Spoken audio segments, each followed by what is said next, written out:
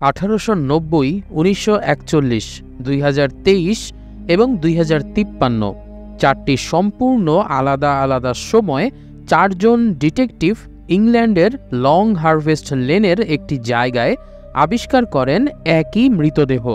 ব্যাপারটা নিয়ে ইনভেস্টিগেট করতে করতে একসময় আমরা পরিচয় পাই এমন একজন সাইকোপ্যাথের, যে নিজের ক্ষমতা বিস্তার করে অমরত্ব লাভ করার জন্য বারবার টাইম ট্রাভেল করে তৈরি করেছে একটা ইনফিনিটি লুপ বা অসীম সময়ের চক্র, যেখান থেকে গোটা পৃথিবীর মানুষজন বের হতে পারছে না অনন্তকাল ধরে।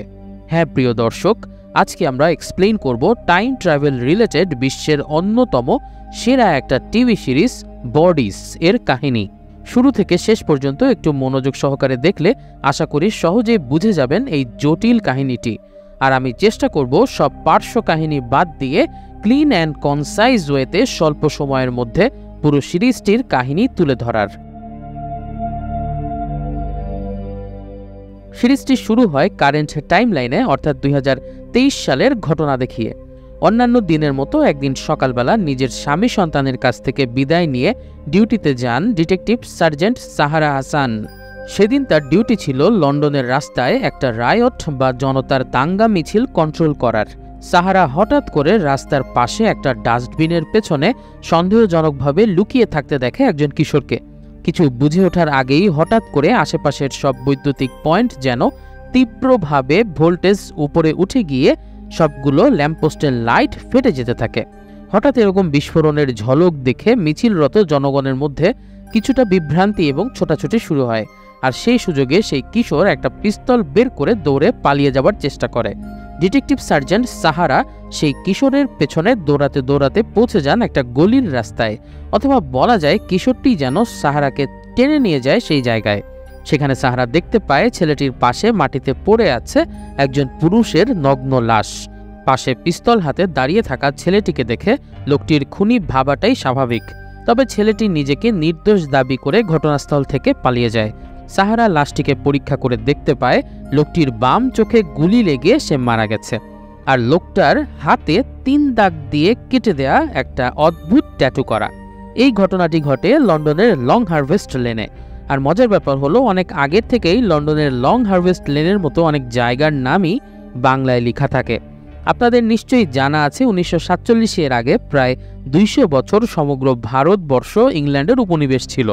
তখন থেকে অনেক বাঙালি লেখাপড়া এবং চাকুরির জন্য লন্ডনে গমন করত। আবার স্বাধীনতার পর বাংলাদেশের বিশেষ করে সিলেট অঞ্চলের প্রচুর মানুষ লন্ডনে পাড়ি দিয়েছে। এই যে লন্ডনের রাস্তাঘাটে যে বাংলা লেখা আপনি দেখতে পান, এটা মূলত সিলেটিদেরই কৃতিত্ব। এরপর আমাদের পিছিয়ে নিয়ে যাওয়া হয় 1941 সালে, অর্থাৎ প্রায় 82 বছর আগে। তখন দ্বিতীয় বিশ্বযুদ্ধ চলছিল বিশ্বজুড়ে, আর সেই সময়কার লন্ডন পুলিশের একজন ইহুদি ডিটেকটিভ হোয়াইটম্যানকে আমরা দেখতে পাই। বেশ সুদর্শন এবং দক্ষ অফিসার হলেও দ্বিতীয় বিশ্বযুদ্ধ শুরু হবার পর থেকেই সে কিছু এক্সট্রা ইনকাম করার জন্য পুলিশ ডিপার্টমেন্টের কাজের বাইরেও বিভিন্ন মানুষের গোপন কাজ করে দিত এবং পুলিশের বিভিন্ন গোপন তথ্যও বাইরে ফাঁস করে দিত। একদিন তাকে একটা বৃদ্ধা মহিলা ফোন করে একটা কাজ দেয়। সেটা হলো পুলিশের নজর এড়িয়ে সেই লং হারভেস্ট লেন থেকে একটা লাশ গুম করে দিতে হবে।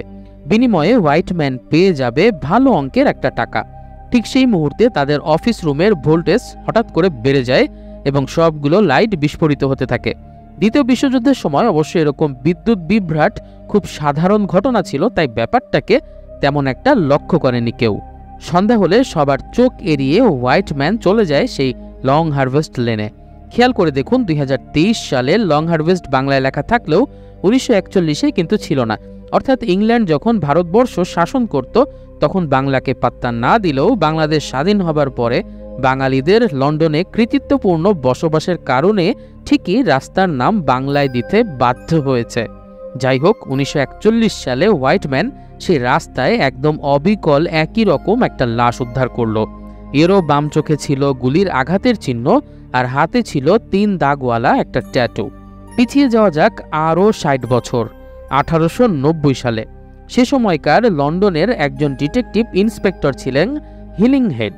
চুরির দায়ে অভিযুক্ত একজন মহিলাকে গ্রেফতার করতে যাওয়ার সময় হঠাৎ তার আশেপাশের সমস্ত বৈদ্যুতিক বাতিগুলো ভোল্টেজ বেড়ে গিয়ে বিস্ফোরিত হয়।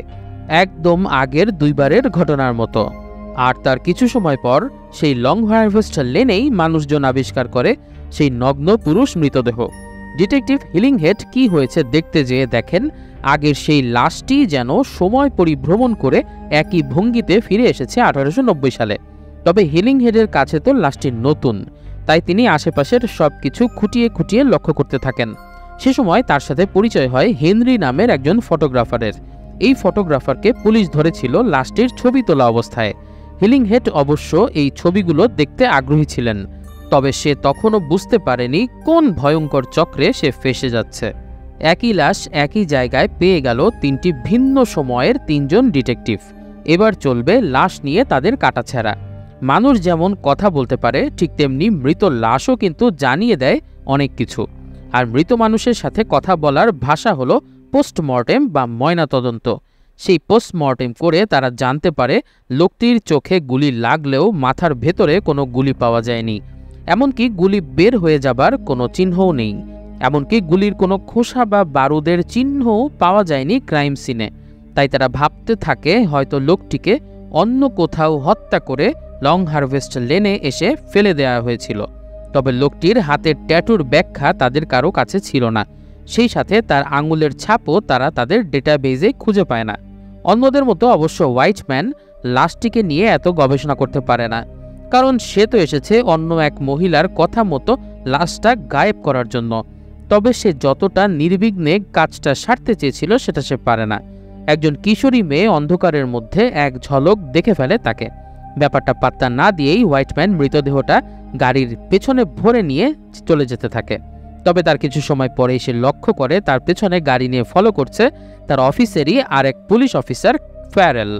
আসলে ফ্যারেল আগে থেকেই সন্দেহ করেছিল হোয়াইটম্যান অফিসের বাইরেও গোপনে মানুষের হয়ে অবৈধ কাজ করে। প্রায় ধরাই পড়ে যাচ্ছিল সে, কিন্তু এরই মধ্যে সারা লন্ডন শহরে শুরু হয় জার্মান বাহিনীর বোমাবর্ষণ। নিশ্চয়ই মনে আছে, এই সময়টায় সারা বিশ্বে চলছিল দ্বিতীয় বিশ্বযুদ্ধ। সেই বোমার আঘাতে উড়ে যায় ফ্যারেল এবং তার গাড়ি। কোনো রকমে আহত অবস্থায় হোয়াইটম্যান লাশটাকে সেখানে রেখেই পালিয়ে যায়। পরদিন সকালে যেন কোনো কিছুই হয়নি এমন ভান করে অন্যান্য পুলিশের সাথে ফ্যারেলের মৃতদেহ খুঁজতে থাকে হোয়াইটম্যান। আর সে সময় ফ্যারেলের পাশাপাশি বোমার আঘাতে ধ্বংস হওয়া গাড়ির পেছন থেকে উদ্ধার করা হয় সেই নগ্ন মৃতদেহটি। তবে অফিসে আসার পর হোয়াইটম্যানের উপর বেশ ক্ষেপে যায় তাকে কাজ দেয়া মহিলাটি। সে চাইছিল না পুলিশ এই লাশটিকে খুঁজে পাক। তবে হোয়াইটম্যান তাকে আশ্বস্ত করে কিছুদিনের মধ্যেই বেওয়ারিশ হিসাবে লাশটাকে গায়েব করে দেবে সে। তবে ওই পাশ থেকে মহিলাটি তাতে অতটা সন্তুষ্ট হতে পারে না, কারণ বোমাবর্ষণের দিন একটা ছোট্ট মেয়ে হোয়াইটম্যানকে দেখে ফেলেছিল। তাই তার নির্দেশে হোয়াইটম্যান ঘটনার একমাত্র সাক্ষী ছোট্ট সেই মেয়েটাকে খোঁজা শুরু করে। যেখানে বাঘের ভয় সেখানেই রাত হয়, এই প্রবাদটাকে সত্যি প্রমাণ করে মেয়েটি নিজেই চলে আসে থানায় এই ঘটনার ব্যাপারে সাক্ষী দিতে। তবে সে হোয়াইটম্যানকে চিনতে পারলেও সবার সামনে সেটা বলে না। মেয়েটি ছিল একজন জার্মান ইহুদি।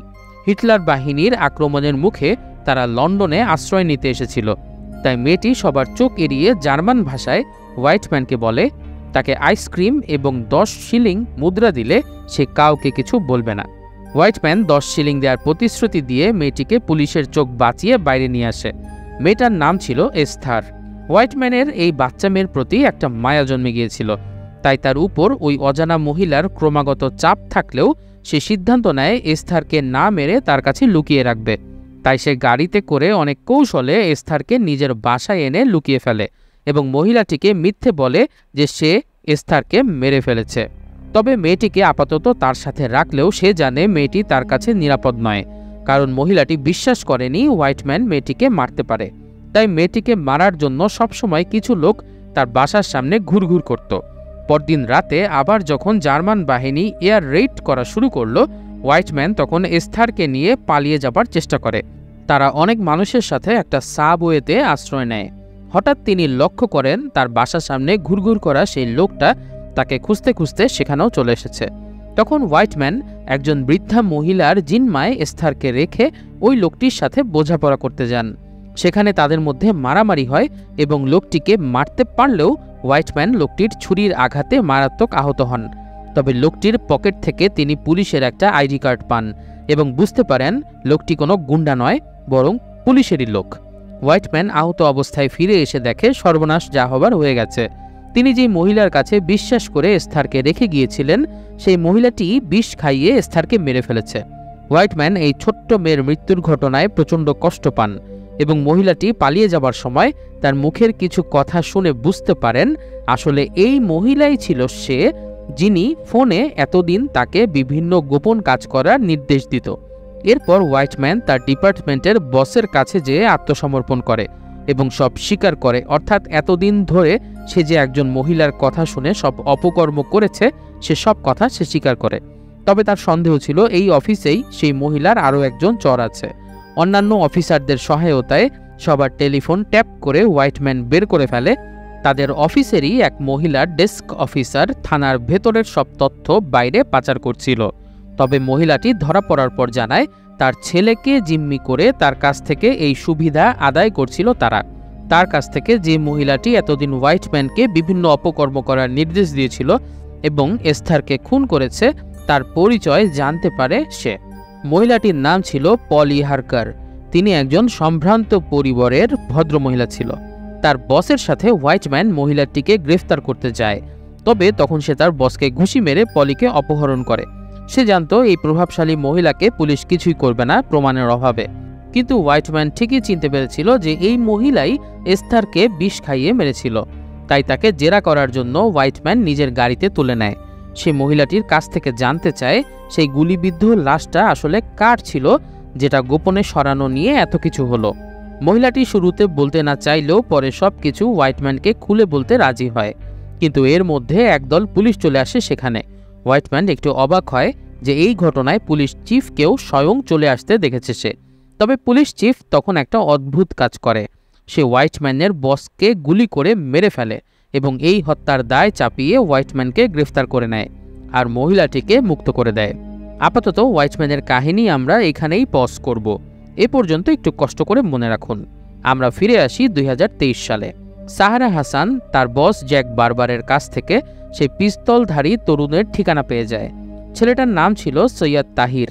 তার বোনের সাথে কথা বলে ছেলেটিকে সংশোধনাগারে পাঠানোর জন্য ধরিয়ে দেওয়ার ব্যাপারে কনভিন্স করে সাহারা। তবে সে আসার সময় হলুদ রঙের হুডি পরা একটা রহস্যময় কিশোরকে তাকে ফলো করতে দেখে। 2023 সালে লাশ খুঁজে পাওয়া সাহারার কাছে খোঁজার জন্য সেই পিস্তলধারী কিশোরটি থাকলেও 1890 সালে হিলিং হেডের কাছে কোনো সন্দেহভাজনই ছিল না। তাই সে ঘটনাস্থলের ছবি পাওয়ার জন্য সেই ফটোগ্রাফার হেনরির স্টুডিওতে যায়। হেনরি লাশের বিভিন্ন পজিশনে ছবি তুলেছিল। এর মধ্যে একটা ছবিতে রাস্তার পাশের একটা কাচের জানালায় একজন মানুষের প্রতিচ্ছবি দেখতে পায় তারা। এই লোকটির নাম ছিল স্যার জুলিয়ান হার্কার।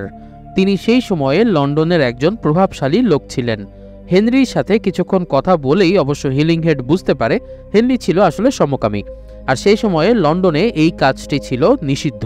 তাই হিলিংহেড কিছুটা রাগবশত হয়ে ক্রাইম সিনের ছবি তোলার দায়ে হেনরিকে গ্রেফতার করে ফেলে। তবে গত রাতে হেনরি পুলিশ কমিশনারের ছেলের সাথে একটা পার্টিতে ছিল, সেই প্রমাণ দেখিয়ে সহজেই মুক্তি পেয়ে যায় সে। হেনরি চলে যাবার পর হিলিংহেড হেনরির তোলা ছবিগুলো তার বসকে দেখায় এবং সেই নগ্ন লাশ পাওয়ার ঘটনায় সাসপেক্ট হিসাবে জুলিয়ান হার্কারকে জিজ্ঞাসাবাদ করতে চায়। তার বস সমাজের প্রভাবশালী জুলিয়ানের বিরুদ্ধে কোনো কিছু করতে হিলিংহেডকে নিষেধ করে দেন এবং সেই সাথে তাকে সেই ছবিগুলো পুড়িয়ে ফেলার আদেশ দেন। হিলিংহেড বাসায় এসে ভগ্ন হৃদয়ে সেই ছবিটা পুড়িয়ে ফেলতে গিয়েও থেমে যান। সেদিন সাংবাদিক হেনরি হিলিংহেডের বাসায় চলে আসে তদন্তের ব্যাপারে খোঁজ নিতে। হেনরির আগ্রহ দেখে হিলিংহেড সিদ্ধান্ত নেয় হেনরির সাথে মিলে পুলিশ ডিপার্টমেন্টের অগোচরে নিজেরাই জুলিয়ানের বিরুদ্ধে তদন্ত করবে। তারা ক্রাইম সিনে যেই জায়গাতে জুলিয়ান লুকিয়েছিল সেখানে একটা লাঠির ছাপ দেখতে পায়। সেই লাঠির ছাপের মাপ ধরে বিলাসবহুল লাঠি বানানোর দোকান থেকে তারা জুলিয়ান হার্কারের ঠিকানা পায়। জুলিয়ান হার্কার পায়ের সমস্যার কারণে মূলত লাঠি ব্যবহার করতেন। তবে তারা জুলিয়ানের ব্যাপারে খোঁজ খবর করার আগেই জুলিয়ান একজন বার্তা বাহককে দিয়ে হিলিংহেডকে তার বাসায় নিয়ে আসে। হিলিংহেড তার বাসায় আসার পর জুলিয়ান হার্কার তাকে তার পরিবারের অন্য সবার সাথে দেখা করিয়ে দেয়। স্যার জুলিয়ানের মা লেডি হার্কার এর আধ্যাত্মিক চর্চা করার অভ্যাস ছিল। তিনি প্রায়ই মৃত আত্মাদের ডাকার উদ্দেশ্যে প্ল্যান চেট করতেন। হেলিংহেড আগ্রহবশত তার মায়ের প্ল্যানচেট পার্টিতে যোগ দেন, আর সেখানেই তাকে এক ধরনের পানীয় খাওয়ানোর পর সম্মোহিত করে ফেলে তারা। অজ্ঞান অবস্থায় হেলিংহেডকে নগ্ন করে তারা উদ্ধার করা সেই লাশটির পাশে শুয়ে চুপি তোলায়। এই লাশটিকে জুলিয়ান কিভাবে পুলিশের হেফাজত থেকে নিয়ে আসলো, এটাও একটা বিশাল প্রশ্ন। জ্ঞান ফিরলে হেলিংহেড নিজেকে একটা খোলা জায়গায় আবিষ্কার করে। সে কোনো রকমে হেনলির বাসায় যায় এবং এই সমস্ত ঘটনা নিয়ে হেলিংহেড খুবই বিব্রত হয়ে পড়ে। তবে পরদিন সকালে সবকিছু স্বাভাবিক হয়ে গেলে সে নিজের বাসায় ফিরে আসে। এরপর হেলিংহেড অনেকটা বেপরোয়া হয়ে ওঠে স্যার জুলিয়ান হারকারকে গ্রেফতার করার জন্য। বুঝতেই পারছেন, আগেকার আমলে স্যার উপাধি প্রাপ্তরা ইংল্যান্ডে এতটাই পাওয়ারফুল ছিল যে তাদেরকে পুলিশরাও সমীহ করে চলত। তাই হাই কমান্ডের নির্দেশ অমান্য করে হেলিংহেড নিজেই জুলিয়ানকে থানায় নিয়ে লাশের পাশের জানালায় তার প্রতিবিম্বের ছবি এবং আঙ্গুলের ছাপ দেখিয়ে তাকে দায়ী করে গুলিবিদ্ধ লোকটিকে হত্যাকাণ্ডের জন্য। তবে জুলিয়ান ছিল আর এক ধাপ এগিয়ে। সে সেদিনের তোলা লাশের সাথে হেলিংহেডের ছবি দেখিয়ে বলে, মানুষ যখন জানবে অচেনা যে লাশটা পাওয়া গেছে তার সঙ্গে একজন বিবাহিত পুলিশ অফিসারের সমকামী সম্পর্ক ছিল, তখন শুধু হেলিংহেডেরই যে ফাঁসি হবে তাই নয়, তার স্ত্রী এবং কন্যাদেরও সমাজের লোকজন অত্যাচার করে শেষ করে দেবে। কাজেই জুলিয়ান হারকার হেলিংহেডকে অফার দেয়, যদি সে জুলিয়ান হারকারকে এই হত্যা মামলা থেকে অব্যাহতি দিয়ে দেয় তাহলে সেই ছবিগুলো নষ্ট করে দেবে। এই কেসে সেই ফটোগ্রাফার হেনরিকে হত্যাকারী হিসেবে সাজানোর সব প্ল্যান রেডি করে রেখেছে জুলিয়ান। হেলিংহেড এরপরে কি করবে সেটা আমরা একটু পরেই দেখতে পাবো। আপাতত এই ঘটনাটি এই পর্যন্তই মনে রাখুন। এদিকে সাহারার আহ্বানে সাড়া দিয়ে সেই কিশোর সৈয়দ তাহির তার সঙ্গে একটা শপিং মলে একা দেখা করতে আসে। তার কথাবার্তা সবকিছু অসংলগ্ন রাখছিল সাহারার কাছে। মনে হচ্ছিল কেউ যেন ছেলেটাকে ব্রেইন ওয়াশড করেছে। ছেলেটা বারবার বলছিল, ওরা আমাকে যা যা বলেছে সবকিছুই হবে, সবকিছু ধ্বংস হয়ে যাবে, কেউ ঠেকাতে পারবে না। তবে এরই মধ্যে পুলিশ চলে আসলে ছেলেটা খুবই বিক্ষিপ্ত হয়ে যায়। ক্ষিপ্ত হয়ে সে পিস্তল তুলে ধরলে যখন পুলিশ গুলিবর্ষণ শুরু করে তখন শুধুমাত্র একবার নো ইউ আর লাভড, অর্থাৎ জেনে রেখো তোমাকে ভালোবাসা হচ্ছে বলে নিজের পিস্তল দিয়ে নিজেকেই শেষ করে দেয়। 17 বছরের এই ছেলেটাকে হঠাৎ করে এভাবে আত্মহত্যা করতে দেখে সাহারা একদম যেন ঘাবড়ে যায়। সে পরদিন শপিং মলে যেখানে সাইয়াদ আত্মহত্যা করেছে সেখানকার সিসিটিভি ফুটেজ চেক করতে থাকে। অ্যান্ড গেস হোয়াট, তিনি আসার আগে সেখানে বসে সাইয়াদ তাহিরের সাথে কথা বলছিল সেই হলুদ হুডি পরা রহস্যময় ছেলেটা যাকে সাহারা আগের রাতে দেখেছিল তাকে ফলো করতে। বর্তমান আর অতীতে এই 3 জন ডিটেকটিভ লাশটা পাবার পর এতক্ষণ পর্যন্ত কি কি করলো সেটা তো আমরা দেখলাম। এখন আমরা দেখব ভবিষ্যতের একটা ঘটনা। এক লাফে আমরা চলে যাব 2053 সালে। ভবিষ্যতের সেই পৃথিবীতে লন্ডন পুলিশের একজন ডিটেকটিভ কনস্টেবল ছিলেন আইরিশ ম্যাপলুট। প্রথমেই ভবিষ্যতে পৃথিবীর একটা বর্ণনা দেয়া যাক। ভবিষ্যতের পৃথিবীর টেকনোলজির দিক থেকে অনেক এগিয়ে গেছে বটে, কিন্তু সেখানকার বেশিরভাগ মানুষ ছিল শারীরিকভাবে অক্ষম। এর কারণ 2023 সালে পৃথিবীতে ঘটে গিয়েছিল এক ব্যাপক পারমাণবিক বোমার বিস্ফোরণ। সেই বিস্ফোরণে মিলিয়ন মানুষ যেমন মারা গিয়েছিল ঠিক তেমনি পঙ্গুত্ব বরণ করে নিয়েছিল আরও অনেক মানুষ। আমাদের এই ডিটেকটিভ ম্যাপলুট নিজেও সেই বিস্ফোরণের পর নিজের হাঁটার ক্ষমতা হারিয়ে ফেলেছিল। এরপরেই পৃথিবীতে ত্রাতা হয়ে আসে ইলিয়াস ম্যানিক্স নামের এই ভদ্রলোক। হ্যাঁ, ঠিকই ধরেছেন, তিনি দেখতে একদম সেই 1890 সালের জুলিয়ান হারকারের মতো। যাই হোক, এই ইলিয়াস ম্যানিক্স তখন খুললেন নিজের ইন্ডাস্ট্রি, যার নাম ছিল নো ইউ আর লাভড, অর্থাৎ জেনে রেখো তোমাকে ভালোবাসা হচ্ছে, অর্থাৎ যেই কথাটা বলে সাইয়াদ আত্মহত্যা করেছিল। এই প্রতিষ্ঠান শুরুতে বিভিন্ন ডিভাইস তৈরি করা শুরু করে, যেগুলো মানুষের পিঠে লাগানোর মাধ্যমে বোমা বিস্ফোরণের ফলে পঙ্গু হয়ে যাওয়া মানুষেরা হাঁটার শক্তি ফিরে পাওয়া শুরু করে। কিন্তু এই বায়োনিক ডিভাইস লাগানোর ফলে মানুষ হাঁটার শক্তি ফিরে পেলেও তার সমস্ত কন্ট্রোল চলে যায় ইলিয়াস ম্যানিক্সের হাতে। এমনকি কেউ নিজের স্বাধীনতা ফিরে পাবার জন্য পিঠ থেকে ডিভাইস খুললে আবার পঙ্গু হয়ে যেত। আর এভাবেই পঙ্গু মানুষদের শরীরে ডিভাইস বসিয়ে রাষ্ট্রের বেশিরভাগ মানুষের নিয়ন্ত্রণ নিজের হাতে নিয়ে নিয়ে ইলিয়াস ম্যানিক্স একসময় হয়ে যায় কমান্ডার ম্যানিক্স। বলতে গেলে দেশের প্রেসিডেন্টের চেয়েও বড় ক্ষমতাধর হয়ে যায় সে। তো এই ভবিষ্যৎ পৃথিবীতে একদিন স্বয়ংক্রিয় গাড়ি চালানোর সময় আগের মতোই ঠিক একইভাবে ভোল্টেজ উঠে গিয়ে আশেপাশের সব ইলেকট্রনিক ডিভাইসগুলো বিকল হয়ে যায় ক্ষণিকের জন্য। আর তখন ডিটেকটিভ ম্যাপলুট পৃথিবীর ইতিহাসে চতুর্থবারের মতো আবিষ্কার করেন সেই নগ্ন পুরুষের দেহ। তবে অন্য 3বারের সাথে এবারের পার্থক্য ছিল, এবার লোকটি একইভাবে আহত হলেও বেঁচে ছিলেন। অর্থাৎ বোঝা যাচ্ছে অবশেষে আমরা এই রহস্যের জট খোলা শুরু করেছি। প্রথম রহস্যের জট খুলব সেই হলুদ হুডি পরা ছেলেটার।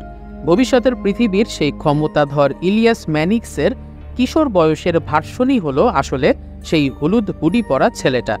অর্থাৎ 2023 সালের ফেরারি আসামি 2053 সালে হয়ে গিয়েছিল পৃথিবীর অন্যতম প্রভাবশালী ব্যক্তি। এই কিশোর ইলিয়াস ম্যানিক্সকে ধরার জন্য সাহারা পুলিশ ফোর্স নিয়ে অভিযানে নামে।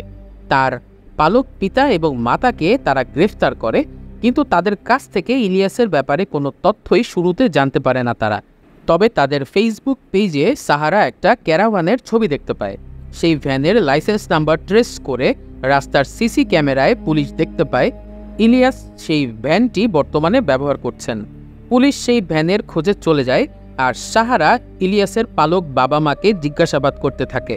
তবে অবাক করা ব্যাপার হলো, এই অল্প সময়ের মধ্যেই লন্ডনের সেরা আইনজীবী এজেন্সিকে হায়ার করে ফেলেছে ইলিয়াসের পালক বাবা মা। এই আইনজীবীর ফি ইলিয়াসের পালক বাবার মতো একজন সাধারণ রিটায়ার্ড পুলিশের জন্য অ্যাফোর্ড করা সম্ভব না। সাহারা বুঝতে পারে কোনো এক শক্তিশালী মহল ইলিয়াস ম্যানিক্সকে ব্যাকআপ দিয়ে যাচ্ছে। ইংল্যান্ডের নিয়ম অনুযায়ী কোনো নাগরিক যদি আইনজীবীর আশ্রয় নেয়, তাহলে পুলিশ তাদেরকে জোরপূর্বক কোনো জিজ্ঞাসাবাদ করতে পারে না। তারপরও সাহারা বিভিন্নভাবে ইমোশনাল ব্ল্যাকমেইল করে ইলিয়াসের পালক মায়ের কাছ থেকে তার বর্তমান ঠিকানা জেনে নেয়। ইলিয়াস বর্তমানে একটা ক্যাম্প সাইটে সেই ভ্যান নিয়ে অবস্থান করছে।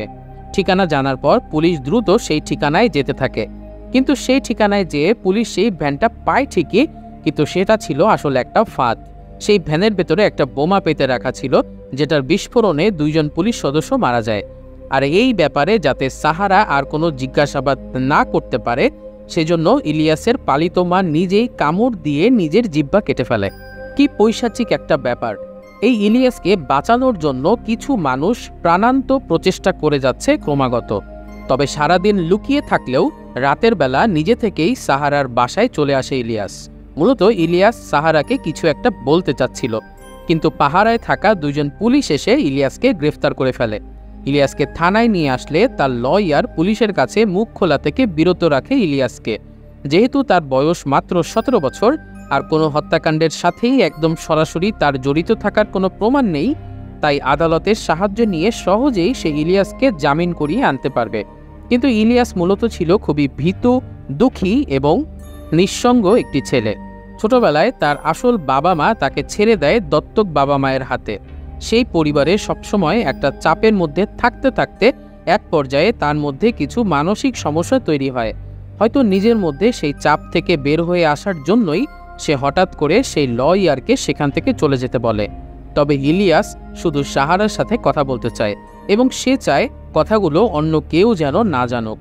সাহারাকে একা পেয়ে টেবিলের নিচে গিয়ে ইলিয়াস তার সঙ্গে কথা বলতে থাকে, যাতে সিসি ক্যামেরাতে সেটা না দেখা যায়।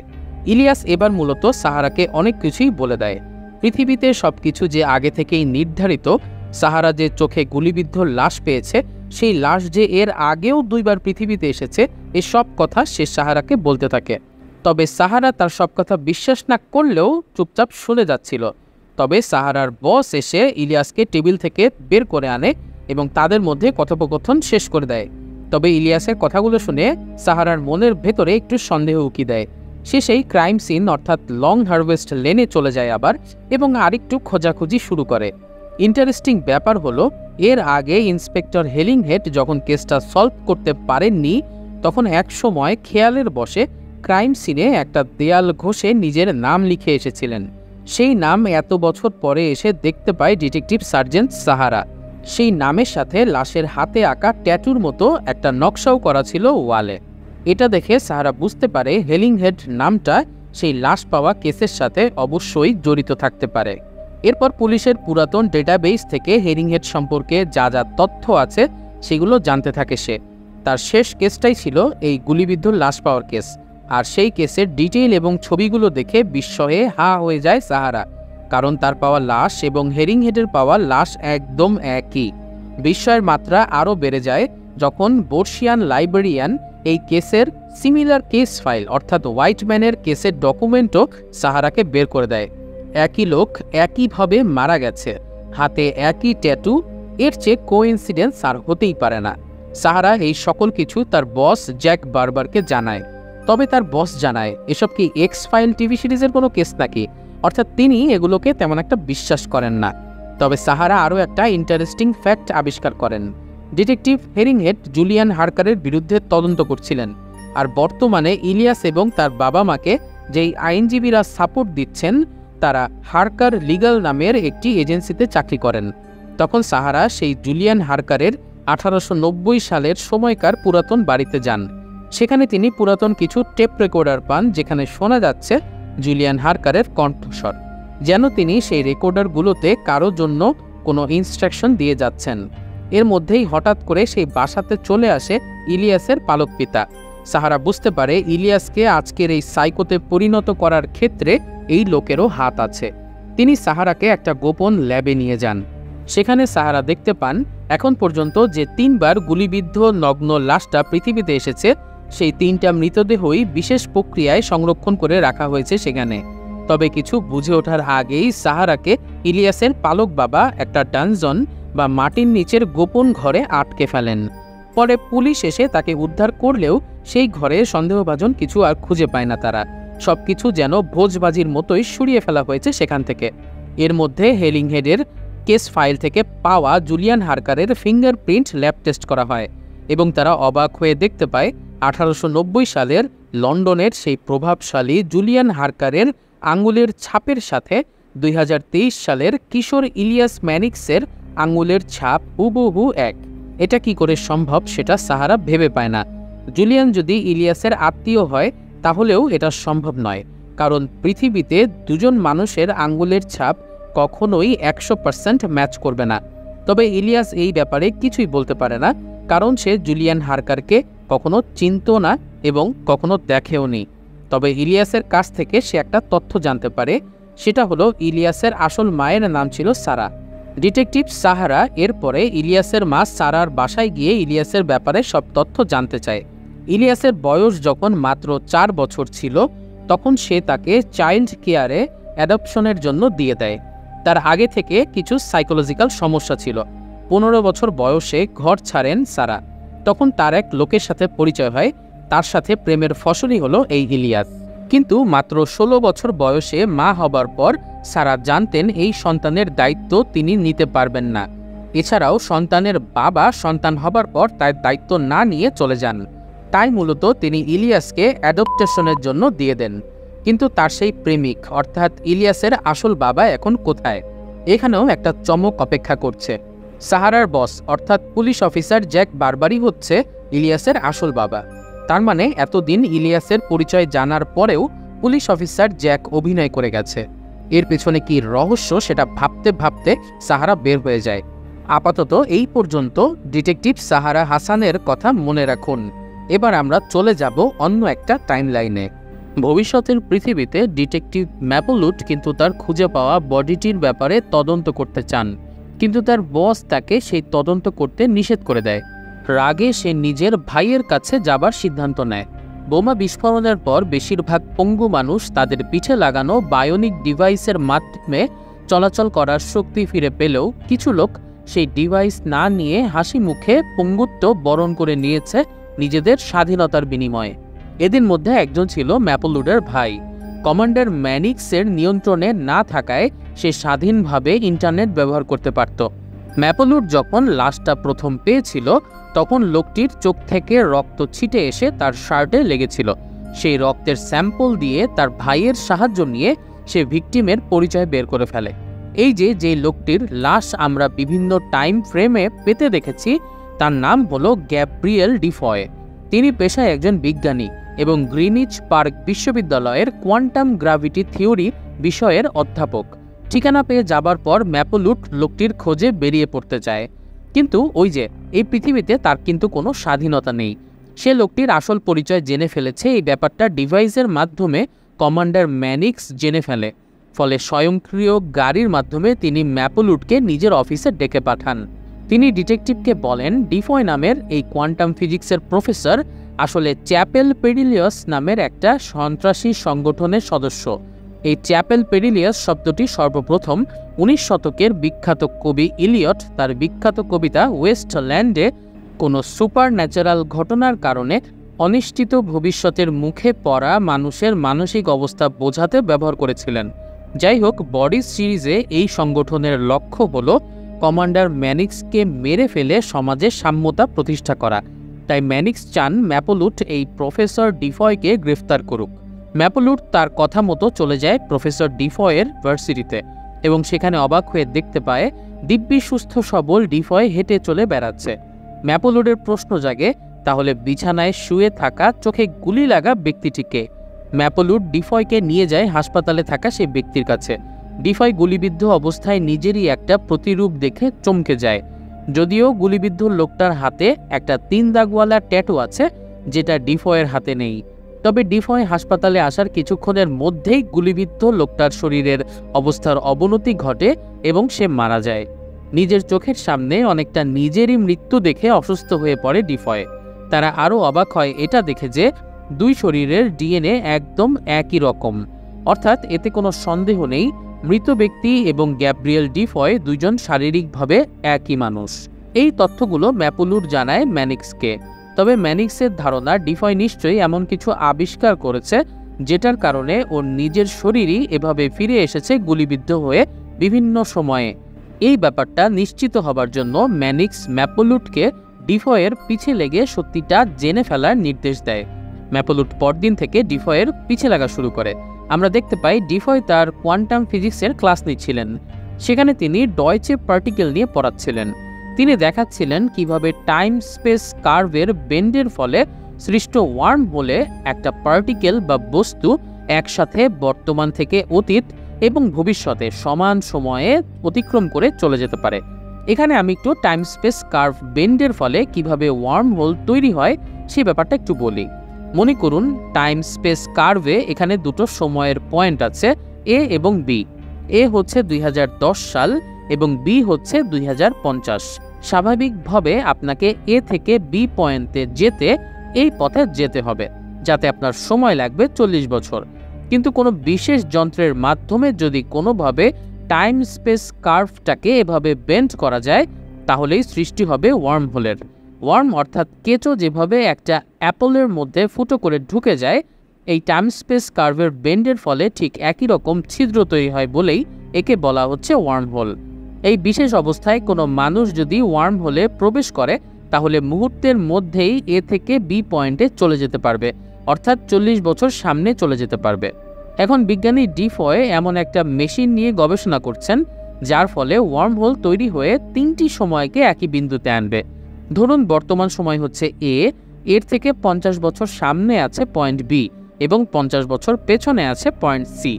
এখন আপনি যদি টাইম স্পেস কার্ভকে এভাবে বেন্ড করতে পারেন, তাহলে কিন্তু একই সময়ে মুহূর্তের ভেতরে 50 বছর সামনে এবং 50 বছর পেছনে একই সাথে চলে যেতে পারবেন। তবে ডিফয় ম্যাপলউডকে জানায় এ সমস্ত জিনিস কেবলমাত্র থিওরি, বাস্তবে এসব বাস্তবায়ন করা কারো পক্ষে সম্ভব নয়। যাই হোক, যেহেতু ম্যানিক্স ম্যাপলউডকে সবসময় ডিফয়কে চোখে চোখে রাখতে বলেছে, তাই সে তাকে নিজের বাসায় নিয়ে আসে। সে সময় তার সাথে গল্প করতে ম্যাপলউডের বাসায় চলে আসে তার একমাত্র বান্ধবী, যে কিনা তার পাশের বাসায় থাকত। তাদের কথা বলার ফাঁকে ডিফয় সুযোগ বুঝে পালানোর চেষ্টা করে। তখন ম্যাপলউড তাকে ধরার জন্য পিছু নেয়। আসলে আমরা এখানে বুঝতে পারি প্রফেসর ডিফয় আসলেও একজন সন্ত্রাসী সংগঠনের সদস্য। সেই সাথে ম্যাপলউডের প্রতিবেশী সেই বান্ধবীও তার সঙ্গে যুক্ত এবং তারা দুজন মিলে ম্যাপলউডকে আটকে ফেলে। তারা গোপনীয়তার সাথে ম্যাপলউডকে তাদের হাইড আউটে নিয়ে যায়। সেখানে তার সঙ্গে দেখা করে সেই সংগঠনের নেতা সাহারা হাসান। হ্যাঁ, 2023-এর সেই ডিটেকটিভ সাহারা। এখন 2053-এ এসে অনেকটাই বুড়িয়ে গেছেন তিনি। তারা মূলত ইলিয়াস ম্যানিক্সের আগ্রাসন থেকে মানব জাতিকে রক্ষা করা এবং স্বাধীনতা ফিরে পাওয়ার জন্য সংগ্রাম করে যাচ্ছে। ভাবা যায় একসময় যেই সাহারা কিশোর ইলিয়াস ম্যানিক্সকে বাঁচানোর জন্য চেষ্টা করে যাচ্ছিলেন, আজকে সেই চাচ্ছে ম্যানিক্সকে ধ্বংস করে দিতে। এর পেছনে আসছে এক অন্ধকার বিজ্ঞানের গল্প। আমরা আগেই বলেছি, অতীতের এক বোমা বিস্ফোরণে ম্যাপলুট পঙ্গু হয়ে চলন শক্তি হারিয়ে ফেলেছিল। এরপর ম্যানিক্সের কোম্পানির বায়োনিক ডিভাইস ব্যবহার করে সে নিজের হাঁটা চলার শক্তি ফিরে পেয়েছে। তাই ম্যানিক্স তার কাছে অনেকটা ঈশ্বর তুল্য। স্বভাবতই সে ম্যানিক্সের ব্যাপারে কোনো খারাপ কথা শুনতে চাইবে না। সে কারণে সাহারা তাকে যখন অতীতের সমস্ত কথা জানাতে থাকে, সে ব্যাপারগুলো তেমন একটা গুরুত্ব দেয় না। ম্যাপলুট তখনও জানতো না যে শুধু সেই নয়, এর আগে গত 200 বছরে তারই মতো লন্ডনে আরও 3 জন ডিটেকটিভ গুলিবিদ্ধ ডিফয়ের লাশ উদ্ধার করেছিল।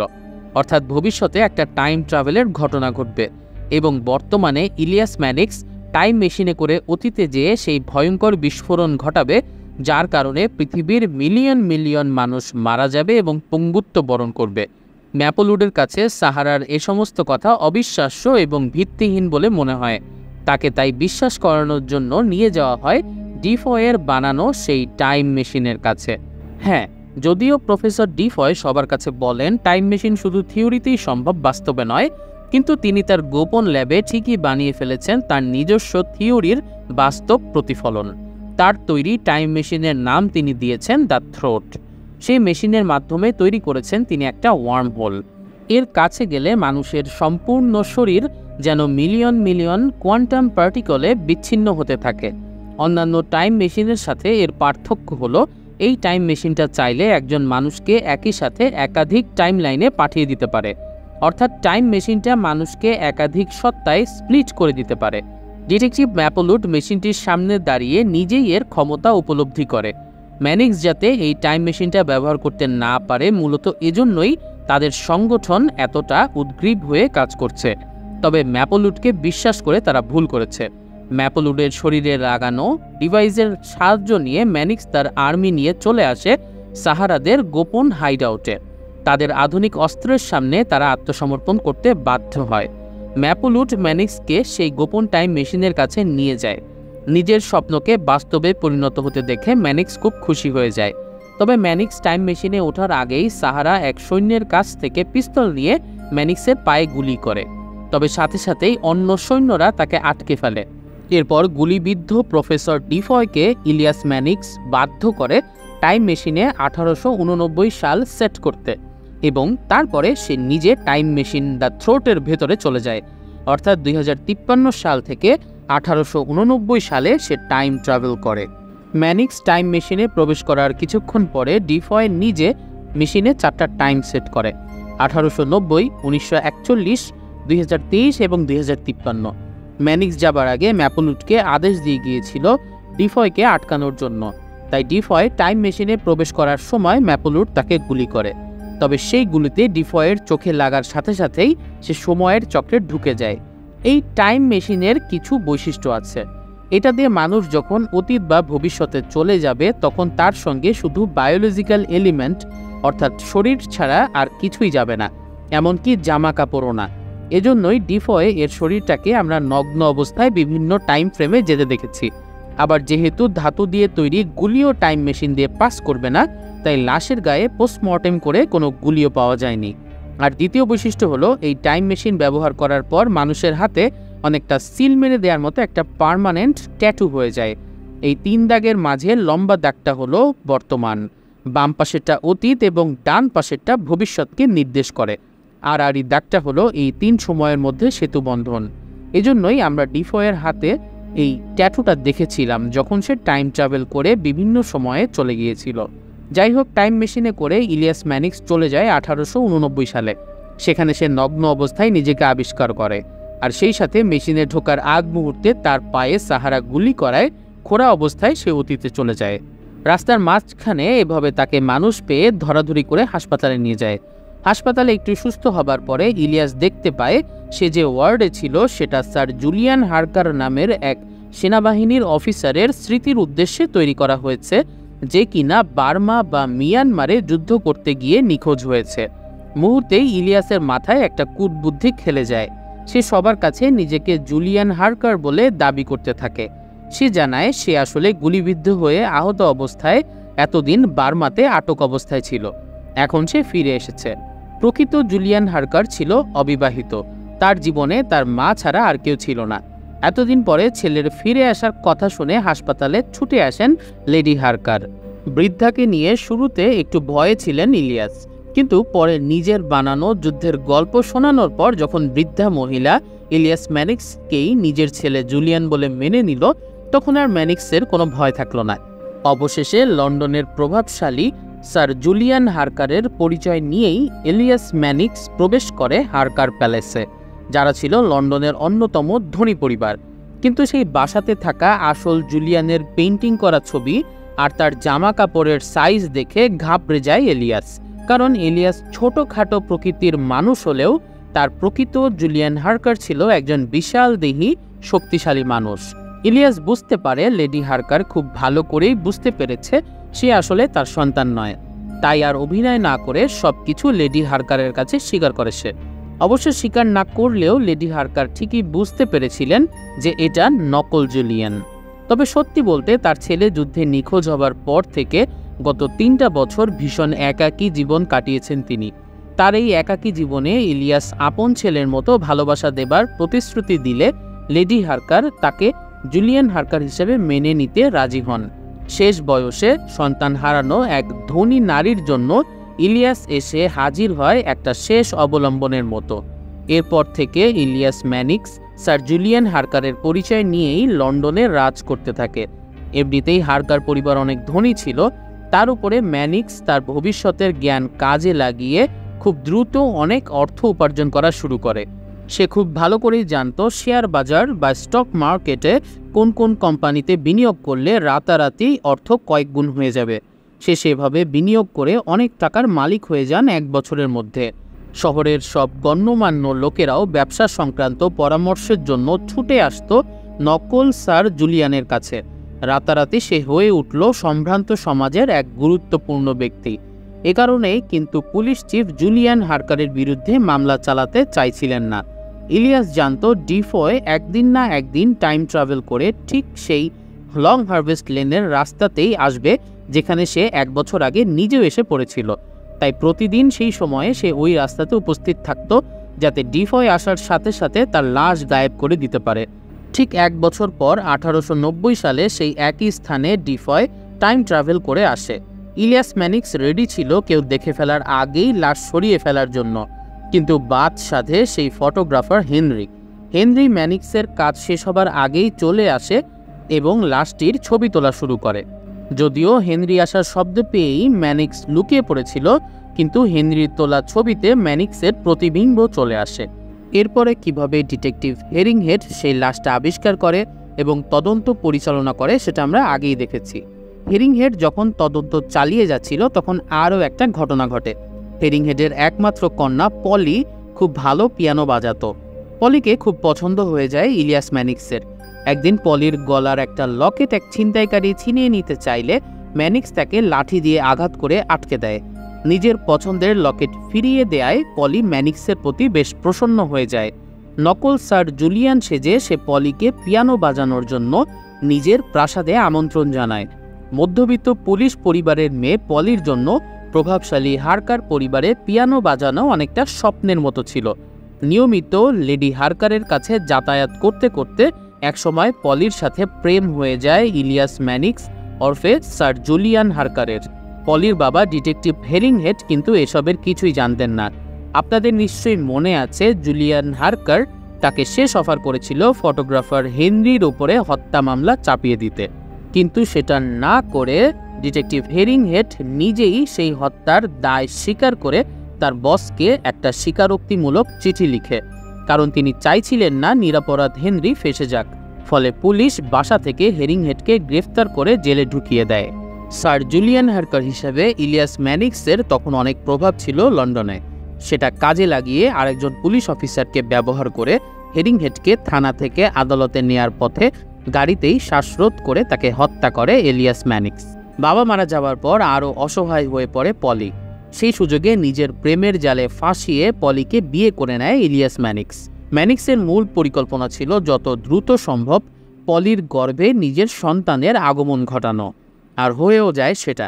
বিয়ের প্রথম বছরেই পৃথিবীতে আগমন ঘটে ইলিয়াস ম্যানিক্সের প্রথম ছেলে সন্তান হেইডেন হার্কারের। এবার ইলিয়াস ম্যানিক্স পলিকে নিজের আসল পরিচয় দেয়। ততদিনে নিজের ভবিষ্যৎ জ্ঞান দিয়ে একটা বিত্তবানদের কাল্ট অর্গানাইজেশনও সে বানিয়ে ফেলেছিল। এই অর্গানাইজেশনের নামই ছিল নো ইউ আর লাভড। এই সংগঠনের সকল সদস্য বিশ্বাস করত ম্যানিক্সের কথা মতো যদি তারা চলে তাহলে ভবিষ্যৎ পৃথিবীতে তারা এবং তাদের বংশধরেরা রাজত্ব করতে পারবে। সন্তান হবার পরে নিজের স্বামীর উপর আরও বেশি নির্ভরশীল হয়ে গিয়েছিল পলি। যদিও সব কথা জানার পর পলি ভয় পেয়ে সেখান থেকে বাইরে চলে গিয়েছিল, কিন্তু পরবর্তীতে ইলিয়াস ম্যানিক্স তাকে বোঝায় কিভাবে তাদের সন্তানেরা একসময় এই পৃথিবীর সবচেয়ে ক্ষমতাধর মানুষদের একজন হয়ে উঠবে। এরপরে পলির সব মেনে নেওয়া ছাড়া আর কোনো উপায় ছিল না। আসলে এটা ছিল একটা চক্রের মতো। ইলিয়াস ম্যানিক্স ভবিষ্যৎ থেকে 1890 সালে এসে জুলিয়ান হারকারের পরিচয়ে সমাজে নিজের অবস্থান তৈরি করে। ভবিষ্যতের জ্ঞান কাজে লাগিয়ে শেয়ার মার্কেট ক্র্যাক করে খুব সহজেই ব্যাপক ধনী হয়ে ওঠেন তিনি। তার কাছ থেকে যারা পরামর্শ নিয়ে বড়লোক হয়ে যায় তারা একসময় ম্যানিক্সকে ঈশ্বর তুল্য ভাবা শুরু করে। ম্যানিক্স তাদের পরিবারকে সমাজে উচ্চতর অবস্থায় অধিষ্ঠিত করার প্রতিশ্রুতি দিয়ে নিজের সিক্রেট অর্গানাইজেশন গড়ে তোলেন। এরপর শেয়ার মার্কেট থেকে আয় করার টাকা দিয়ে ম্যানিক্স বানিয়ে ফেলেন একটা ব্যাংক। ম্যানিক্সের হেইডেন নামের একটা পুত্র সন্তান হয়, যে ভবিষ্যতে হারকার পরিবারের প্রভাব খাটিয়ে লন্ডন পুলিশের চিফ হয়।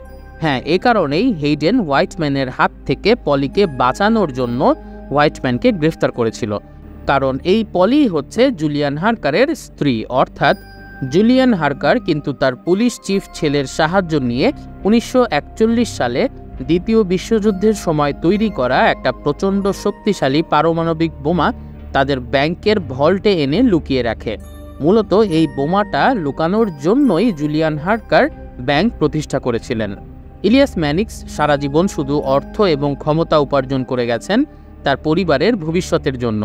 তিনি তার উত্তরসূরিদের জন্য অর্থাৎ ভবিষ্যৎ প্রজন্মেতে তার ব্লাড লাইনে যারা জন্ম নেবে তাদের জন্য 1889 থেকে 1941 সাল পর্যন্ত বিভিন্ন সময়ে টেপ রেকর্ডারে নিজের কথা রেকর্ড করে যেতেন, কারণ তিনি জানেন ভবিষ্যতে কি হতে যাচ্ছে। তার পরবর্তী প্রজন্ম যদি তার কথা মতো চলে তাহলেই কেবলমাত্র তারা ভবিষ্যৎ পৃথিবীতে রাজত্ব করতে পারবে। তবে তার মৃত্যু ঘটে সার্জেন্ট হোয়াইটম্যানের হাতে। এস্থার হত্যার প্রতিশোধ নেওয়ার জন্য হোয়াইটম্যান পুলিশ চিফকে ফাঁকি দিয়ে ইলিয়াসের বাসায় চলে আসে। এরপর পলি এবং ইলিয়াস ম্যানিক্স অর্থাৎ নকল বৃদ্ধ স্যার জুলিয়ান হারকারকে গুলি করে হত্যা করে ছোট মেয়ে এস্থার হত্যার প্রতিশোধ নেয়। তবে এজন্য হোয়াইটম্যানকে ফাঁসির দড়ি পড়তে হয়েছিল।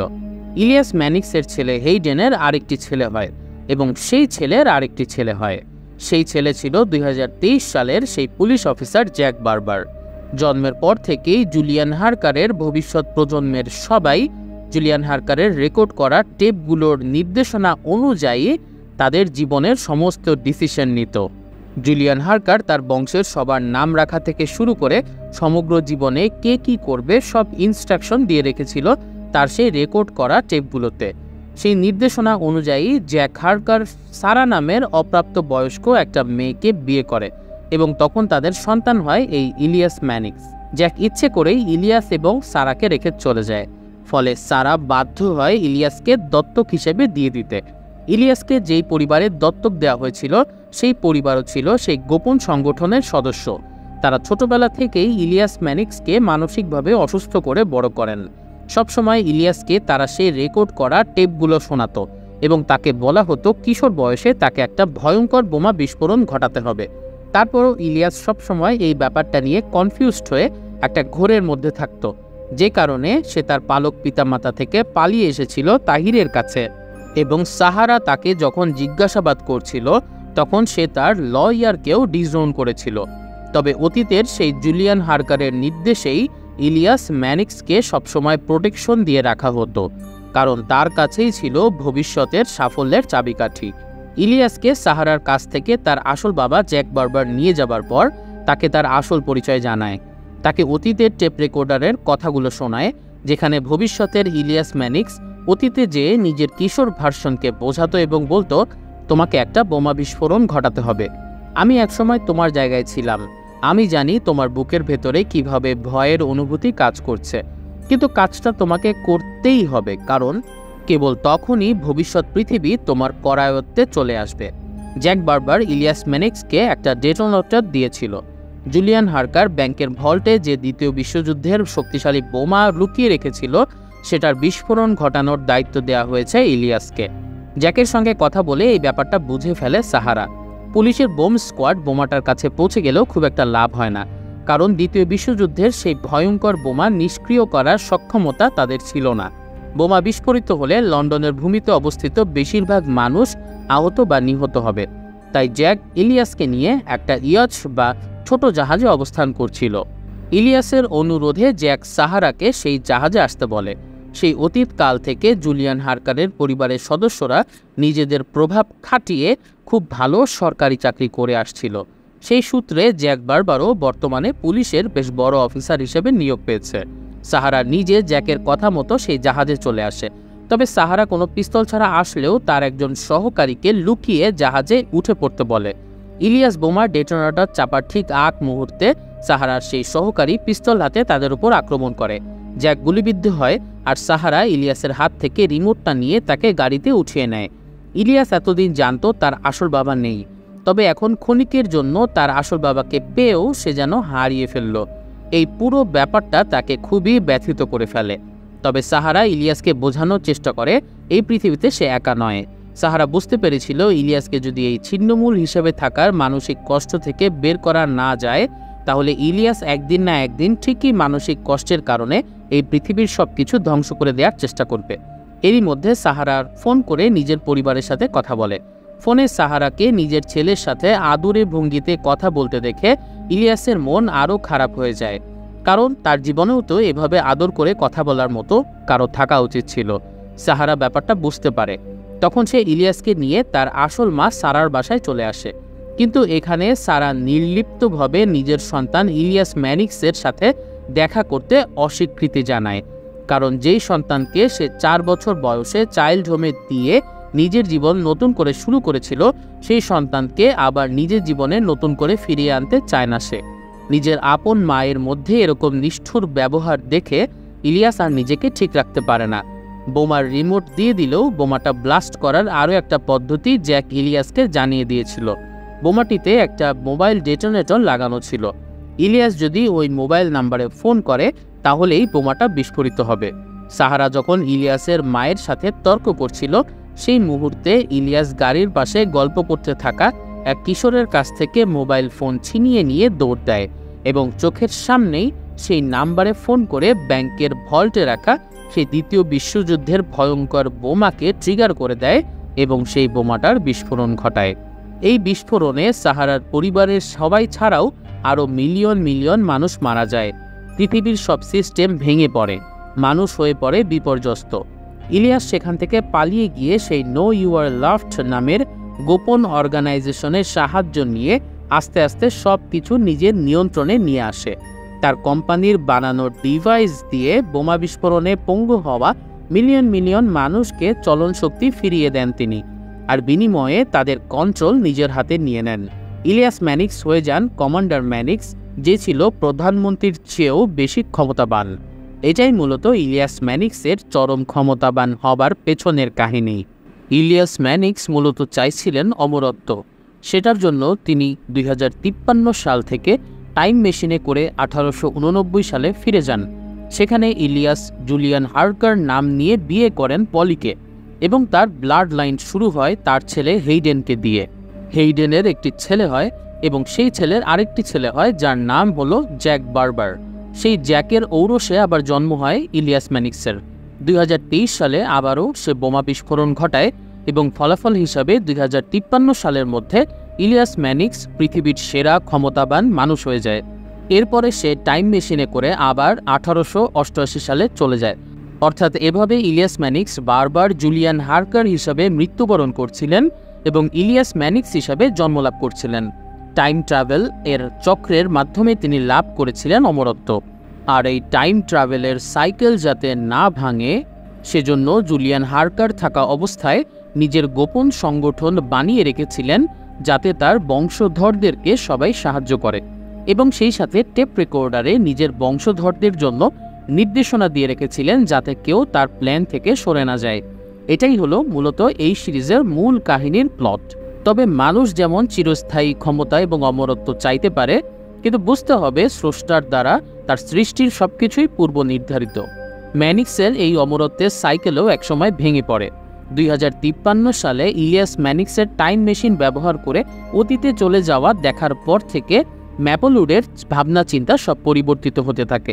তিনি বুঝতে পারেন আসলে এই টাইম ট্রাভেল সম্ভব, আর সেটা করেই ইলিয়াস অতীতে যেয়ে বোমা বিস্ফোরণ ঘটিয়েছিল, যার কারণে ম্যাপলউড পঙ্গু হয়ে গিয়েছিল।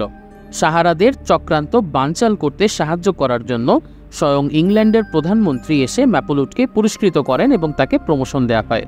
এরপর থেকে ম্যাপলউডের মধ্যে একটা বড় পরিবর্তন আসে। তিনি বুঝতে পারেন সাহারা বা ডিফোকে বিশ্বাস না করে তিনি একটা বড় ভুল করেছেন। বর্তমান পৃথিবীতে অতীত বদলানো না গেলেও টাইম মেশিনের সেই পৃথিবীতে অতীত বদলানোর একটা সুযোগ পায় ম্যাপলউড। আপনাদের নিশ্চয়ই ডিফোয়ের সেই লেকচারের কথা মনে আছে, যেখানে তিনি বলেছিলেন তার থিওরি অনুযায়ী টাইম মেশিন কোনো একটা পার্টিকেলকে শুধু অতীতেই পাঠায় না, বরঞ্চ ভবিষ্যতেও পাঠাতে পারে। পরে তো ম্যাপলউড দেখতেই পারে ডিফোয়ের বানানো টাইম মেশিন থ্রট একজন মানুষকে স্প্লিট করে বর্তমান থেকে অতীত এবং ভবিষ্যতে সমপরিমাণ দূরত্বে পাঠিয়ে দিতে পারে। ম্যাপলউড তখন গোপনে ডিফোয়ের বাসায় যেয়ে তার গবেষণাগুলো দেখতে থাকে। সে বুঝতে পারে ডিফো অতীতে যতদিন আগে গিয়েছে ঠিক ভবিষ্যতেও ততদিন পরে যাবে। অর্থাৎ থ্রট টাইম মেশিন যে তাকে শুধু 2053 সাল থেকে 1890, 1941, 2023 এবং 4 দিন আগে 2053 সালে যখন ম্যাপলউড তাকে আবিষ্কার করেছিল, এই 4 সময়েই পাঠায়নি, ভবিষ্যতেও সমপরিমাণ সময়ের দূরত্বে, অর্থাৎ 2053 থেকে 4 দিন পর 2083, 2165 এবং 2216 সালেও পাঠাবে। তার মানে ইলিয়াস ম্যানিক্সকে থামানোর সুযোগ এখনও শেষ হয়ে যায়নি। 4 দিন আগে যেমন সে ডিফোকে নগ্ন গুলিবদ্ধ অবস্থায় লং হারভেস্ট লেনে পেয়েছিল, ঠিক তেমনি 4 দিন পরেও তাকে গুলিবিদ্ধ অবস্থায় সেই একই জায়গায় পাওয়া যাওয়ার কথা। এবার আর ভুল করে না ম্যাপলউড। যদি ডিফোকে পাওয়ার সাথে সাথে তাকে সর্বোত্তম চিকিৎসা সেবা দেয়া যায়, তাহলে হয়তো তাকে বাঁচানো সম্ভব হবে। গুলিবিদ্ধ সাহারা লুকিয়েছিল ম্যাপলউডের ভাইয়ের বাসায়। ম্যাপলউড সেখানে গিয়ে নিজের ভুল স্বীকার করে এবং বিদ্রোহীদের দলে যোগ দেয়। তারা এমন একটা ডিভাইস বানায় যেটা ডিফোয়ের মাথায় পরিয়ে দিয়ে তাকে লাইফ সাপোর্ট দিয়ে বাঁচানো সম্ভব। সবকিছু নিয়ে 4 দিন পরে তারা লং হারভেস্ট লেনে চলে আসে। আগের মতোই গুলিবিদ্ধ অবস্থায় ডিফোয় সেখানে চলে আসে, অর্থাৎ পৃথিবীতে 5মবারের মতো ডিফোয়ের দেহটা চলে এলো। তবে এবার দ্রুত চিকিৎসার ব্যবস্থা করায় ম্যাপলউডরা ডিফোয়কে সুস্থ করে তোলে। আসলে ইলিয়াস ম্যানিক্স তার অমরত্ব লাভের জন্য টাইম মেশিনের সাহায্য নিয়ে যে সাইকেল বা চক্র তৈরি করে রেখেছেন, এটাকে ভাঙতে হলে এমন কিছু ঘটাতে হবে যেটা সমস্ত ঘটনা চক্রকে এলোমেলো করে দেবে। আর সেটা করার জন্য ডিফো এর সাহায্য নিয়ে টাইম মেশিনে করে এবার ম্যাপলউড নিজেই চলে যায় 1890 সালে, অর্থাৎ যেখান থেকে সবকিছু শুরু হয়েছিল। কিন্তু এখানে একটা বড় সমস্যা দেখা দেয়। আপনাদের নিশ্চয়ই মনে আছে, থ্রট নামের এই টাইম মেশিনের মাধ্যমে মানুষ টাইম ট্রাভেল করতে পারলেও তার পরনের কোনো কিছুই ট্রাভেল করে না। ম্যাপলউড সম্পূর্ণ নগ্ন অবস্থায় অতীতে এসে পৌঁছায় সেই লং হারভেস্ট লেনে। আর ম্যাপলউড তো ছিল একজন পঙ্গু, পিঠে লাগানো বায়োনিক ডিভাইসের সাহায্য নিয়ে সে চলাফেরা করত। টাইম ট্রাভেলের কারণে সেই ডিভাইস সঙ্গে না আসায় পঙ্গু অবস্থায় রাস্তায় শুয়ে থাকতে হয় ম্যাপলউডকে। ম্যাপলউড চলে যাবার পর সাহারা এবং ডিফো দুজন মিলে চলে আসে সে লং হারভেস্ট লেনে। আর সেখানে গিয়ে তারা দেয়ালে লক্ষ্য করে, যেই দেয়ালটাতে সবাই নিজের নাম লিখে রাখতো আর কি, সেখানে তারা দেখে ম্যাপলউড নিজের নাম লিখে রেখেছে। এতদিন সেখানে শুধু ডিটেকটিভ হেরিংহেডের নিজের নাম এবং লাশের গায়ে থাকা ট্যাটুর ছবিটা আঁকা দেখা যেত। এখন ম্যাপলউডের নাম দেখে তারা বুঝতে পারে ইলিয়াসের বানানো সেই সাইকেলে একটু হলেও পরিবর্তন আসা শুরু করেছে। আসলে কি করেছে ম্যাপলউড? ম্যাপলউডকে রাস্তার ধারে নগ্ন অবস্থায় পড়ে থাকতে দেখে তাকে পাগল ভেবে স্থানীয় লোকেরা থানায় নিয়ে যায়। তখন সে হেরিংহেডের নাম ধরে ডেকে তার সঙ্গে কথা বলতে ব্যাকুল হয়ে ওঠে। তবে হেরিংহেড তাকে পাগল ভেবে পাত্তা দেয় না। কিন্তু জুলিয়ানের কূটকৌশলে যখন হেরিংহেড হত্যাকারী হিসেবে চিহ্নিত হয়, তখন তাকে জেলে বন্দি করে রাখা হয়।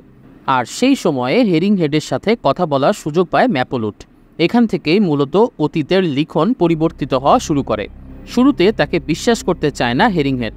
1890 সালে যদি হঠাৎ জেলে একটা পাগল মহিলা নিজেকে 2053 সাল থেকে এসেছি বলে দাবি করে, সেই কথাটা বিশ্বাস করার কথাও না কারো।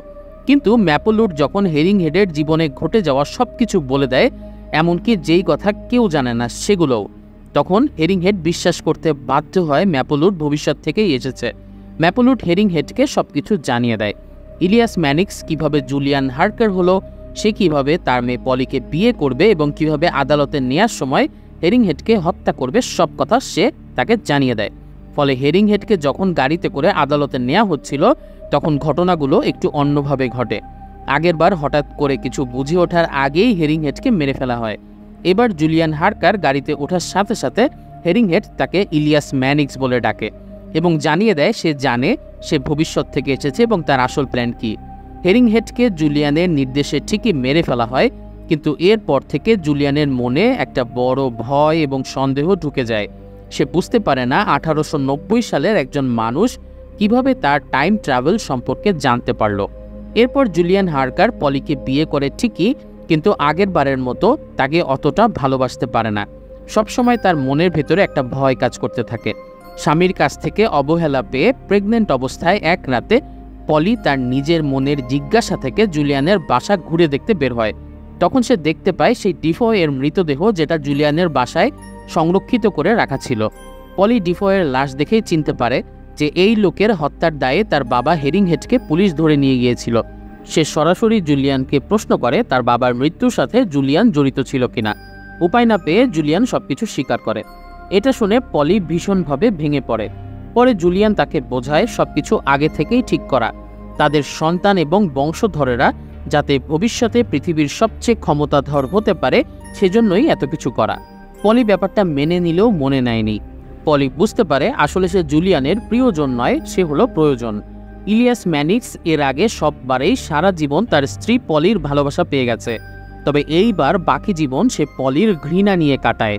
পলি সব সময় ঘৃণা ভরে পাশে থেকে গেছে জুলিয়ান হার্কার নামধারী ইলিয়াস ম্যানিক্সের। এর ফলে শেষ জীবনটা তার প্রচণ্ড নিঃসঙ্গ এবং একাকিত্বের মধ্যে দিয়ে কেটে যায়। এই জীবনে এসে ইলিয়াসের ধারণা হয় আসলে এভাবে করে অমরত্ব পাবার কোনো মানে নেই। তার পরবর্তী বংশধরেরা হয়তো অনেক ক্ষমতাবান হতে পারে, কিন্তু তার ভাগ্যে জুটল 1890 সালের এই নিঃসঙ্গ ভালোবাসাহীন জীবন। তাই সে ঠিক করে অন্যান্য বারের মতো রেকর্ডিং করে সে আর তার বংশধরদেরকে বোমাটা বিস্ফোরণ করতে বলবে না। সে বরঞ্চ আর একটা এক্সট্রা রেকর্ড করবে, যেখানে সে ভবিষ্যতের ইলিয়াস ম্যানিক্সকে নিষেধ করে যাবে বোমার ট্রিগারে চাপ দিতে। ইলিয়াসকে বলে যাবে জুলিয়ানের হয়ে এই নিঃসঙ্গ জীবন পার করা তার জন্য কতটা কষ্টের ছিল। তবে সে জানতো তার ছেলে হেইডেন ভবিষ্যতে ক্ষমতার লোভে এই রেকর্ডিংটা কিছুতেই ভবিষ্যতের ইলিয়াসের কাছে পৌঁছাতে দেবে না, কারণ তার বংশধরেরা চায় ক্ষমতা। জুলিয়ান জানতো 1941 সালের সেই পুলিশ অফিসার হোয়াইটম্যান আসবে পলি এবং তাকে মেরে অ্যাস্থার নামক সেই ছোট্ট মেয়েটার হত্যার প্রতিশোধ নিতে। এই জীবনেও হোয়াইটম্যান এসেছিল, তবে অন্যান্য বারের মতো জুলিয়ানকে মারার আগেই জুলিয়ান হোয়াইটম্যানকে তার সেই রেকর্ড করা টেপটা দেয় এবং বলে, তুমি আমাকে মেরে ফেলো, কিন্তু এই রেকর্ডটা এমন কোথাও লুকিয়ে রাখো যেটা তাতে সংরক্ষিত হয়ে থাকে। এই রেকর্ডটা 2023 সালে ডিটেকটিভ সাহারা হাসানের কাছে পৌঁছাতেই হবে। হোয়াইটম্যান জুলিয়ানকে মেরে ফেলে ঠিকই, তবে বৃদ্ধের শেষ অনুরোধটাও রেখেছিল সে। আগেরবার সে জুলিয়ানকে হত্যা করার পর আত্মসমর্পণ করে ফাঁসির দড়ি পড়েছিল, কিন্তু এবার সে টেপ রেকর্ডটা নিয়ে পালাতে থাকে। আর বাবা মাকে হত্যার প্রতিশোধ নিতে জুলিয়ানের ছেলে পুলিশ চিফ হেইডেন ফোর্স নিয়ে তাকে ধাওয়া করতে থাকে। হোয়াইটম্যান প্রথমে চলে যায় সেই লাশটা যেখানে পেয়েছিল সেই লং হারভেস্ট লেনে। হেরিংহেড যেভাবে সেই লং হারভেস্ট লেনের দেয়ালে নিজের নাম লিখে গিয়েছিল, ঠিক সেই জায়গায় সে নিজের এবং সাহারা হাসানের নাম লিখে ফেলে। এরপরে তার প্রিয় একটা বারের দেয়ালে টানানো একটা ছবির নিচে সেই টেপ রেকর্ডটা লুকিয়ে ফেলে এবং তার পাশে সেই ট্যাটুর চিহ্নটা দিয়ে দেয়। এর কিছুক্ষণ পরেই হেইডেনের নেতৃত্বে পুলিশের একটি ফোর্স এনকাউন্টার করে তাকে হত্যা করে। 2053 সালে ম্যাপলউড টাইম মেশিনে প্রবেশ করার পর সাহারা এবং ডিফো সেই লং হারভেস্ট লেনে গিয়ে সূত্র খুঁজছিল এবং বোঝার চেষ্টা করছিল ম্যাপলউড অতীতে যে ঠিক কী পরিবর্তন করেছে।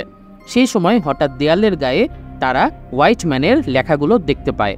তখন সে ডিটেকটিভ হোয়াইটম্যানের ব্যাপারে খোঁজ নেওয়া শুরু করে এবং জানতে পারে হঠাৎ অতীত চেঞ্জ হয়ে গেছে।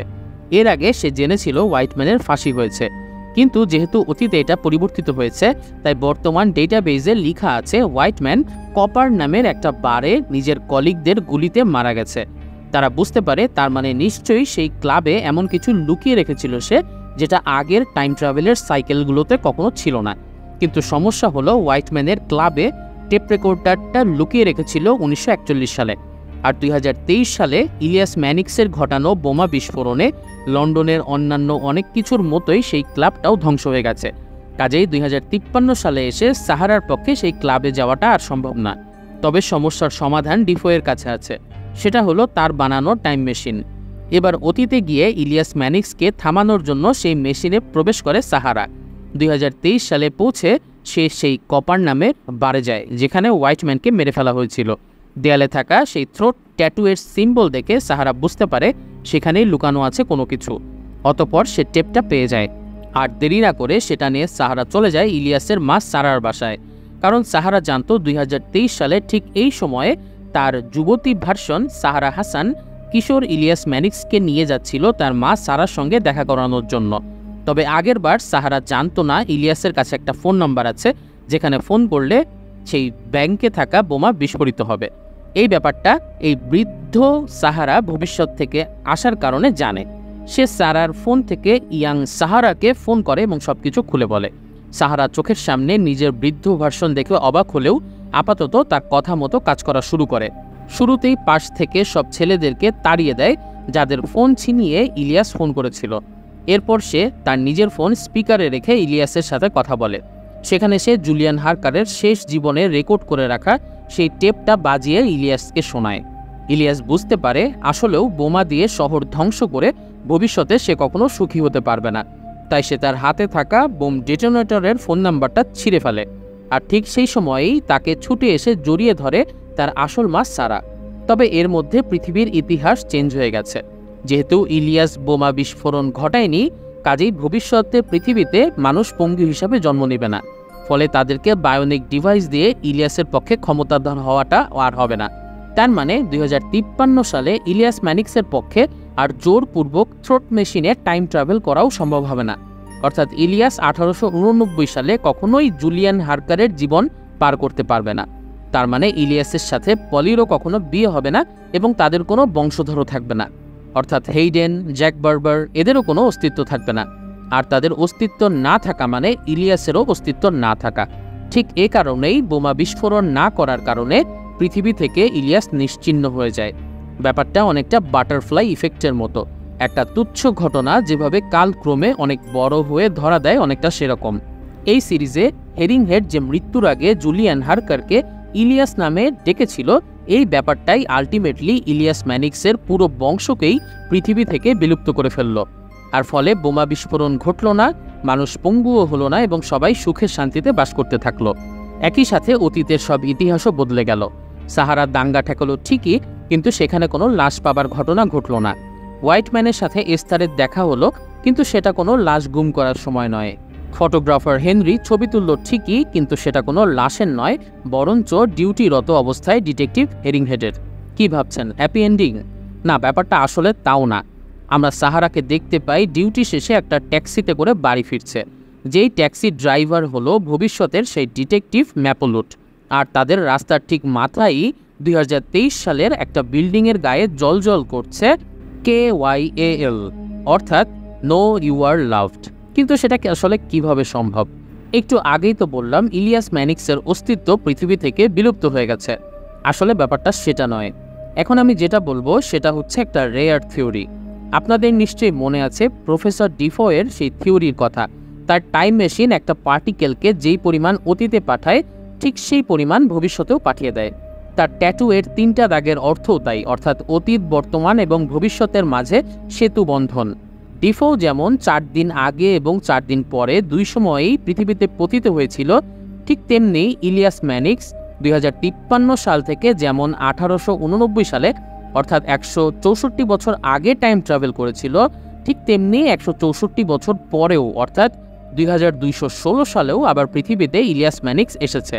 সেই ইলিয়াস ম্যানিক্স নিশ্চয়ই তখন আবার নতুন করে নিজের কূটবুদ্ধি দ্বারা নিজের সেই গোপন সংগঠনের মাধ্যমে সারা পৃথিবীতে নিজের কর্তৃত্ব স্থাপন করেছে।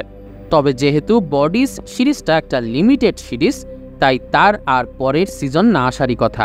এ কারণে ঠিক কিভাবে আবার পৃথিবীতে নো ইউ আর লাভড সংগঠনটি ফিরে এলো সেটা নিশ্চিতভাবে বলা সম্ভব নয়। বডিজ সিরিজটা সায়েন্স ফিকশন প্রেমীদের জন্য চরম উপভোগ্য একটা সিরিজ বলেই আমার মনে হয়েছে।